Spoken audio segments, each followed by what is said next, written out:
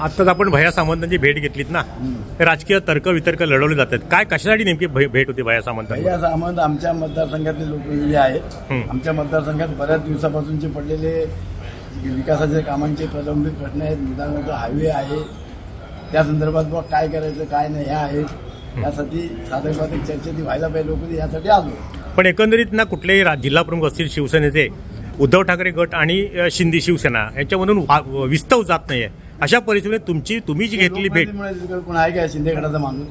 ते लोकप्रतिनिधी आहेत ना फक्त, बाकी कोण आहेत का? त्याच्यामुळे तुम्ही एक जिल्हा प्रमुख असल्यामुळे तर्क वितर्क लढवले जात आहेत. एकंदरीत या गाठी तर्क वितर्क लढवण्यापर्यंत काय आहे का? ह्या भेटीचं रूपांतर पक्षांतर मध्ये होणार आहे का? अजिबात नाही ना, कधीच होणार नाही. त्यांना पण माहिती आणि सगळ्यांना पण माहिती. केवळ विकास कामांसाठीच भेट होती. असे अंदाज करू नका, असे काय होत नाही पक्षांतर. असे डोळ्यासमोर अनेक घटना घडतायत ना, आजच्या उद्याला नाहीत, उद्याचे परवा. आता इथून पुढे तसं होण्यातलं नाही, लक्षात घ्या.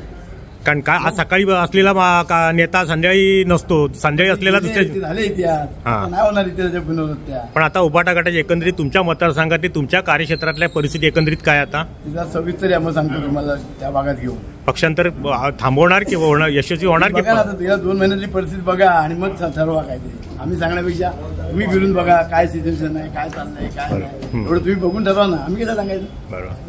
तर लांजाला डम्पिंग ग्राउंड वरनं तुमचे लोक आधी सांगतो तुम्हाला सगळे विषय, एकेका विषयावर आधी एकेका विषयाची बोलू. ओके, एकदम सगळे संपू द्या. टाइम्स डिजिटलला लाईक करा, सबस्क्राईब करा, शेअर करा आणि बेल आयकॉन दाबायला विसरू नका. पाहत रहा टाइम्स डिजिटल.